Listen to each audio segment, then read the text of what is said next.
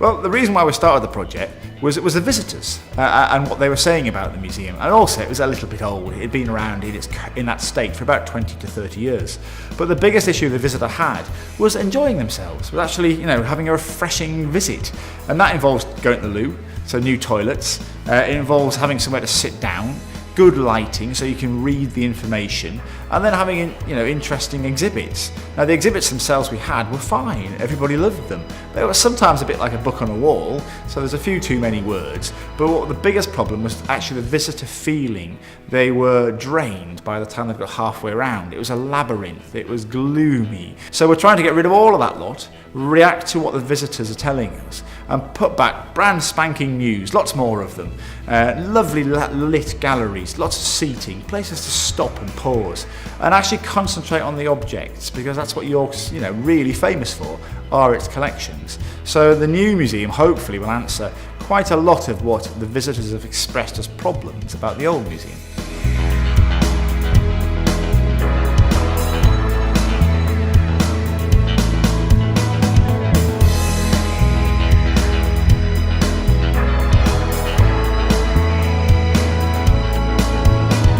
Well, we're about halfway through the project now. We've stripped out all the old. We're sort of making good, so we're filling in the ichthyosaur holes, and we're going to have a polyfiller party very soon to fill all the old screw holes in.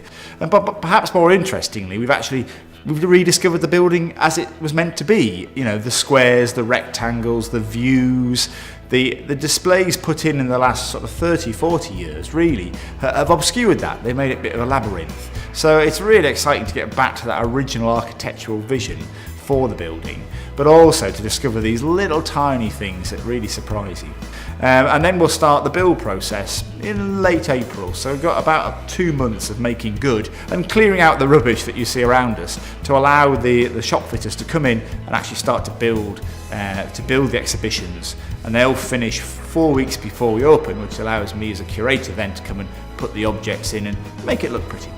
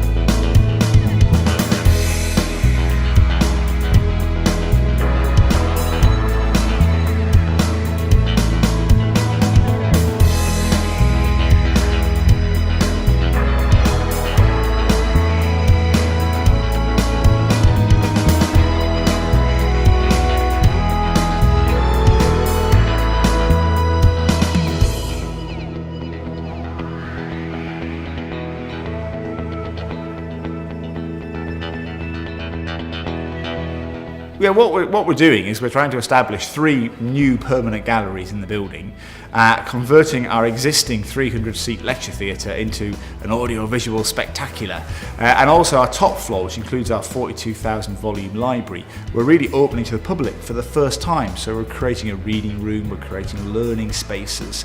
And the permanent galleries, what we've tried to do is get rid of all of the sort of modern intrusions of the last 30, 40 years to get back to an original plan, allow us then to really show off the objects the best we can.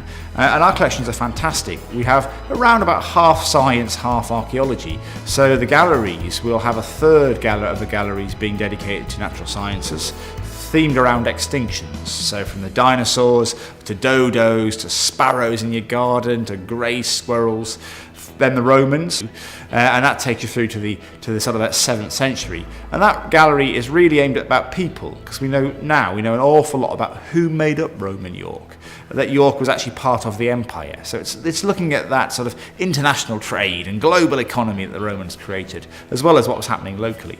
And then the third permanent gallery is the medieval gallery, and that really is taking a slightly different look at the medieval past. and also a slightly different gallery. It's more like an art gallery, so we're putting the objects on show as beautiful objects, as glorious things, but with images in them that would have meant something to a medieval person. So the medieval gallery will be purely objects and images and colour, which was what the medieval world was about, rather than object labels and graphic panels. So it's creating a gallery for everybody. So there's something for everybody. It doesn't matter who you are, what your level of intellect is, or how much you already know. And the start of all of that, and hopefully you start to the visit, is what we're calling the History of York Audio-Visual Spectacular, which is really a 10-minute film show with sound and light and moving images to bring the history of York all the way through, from the very beginning in prehistory.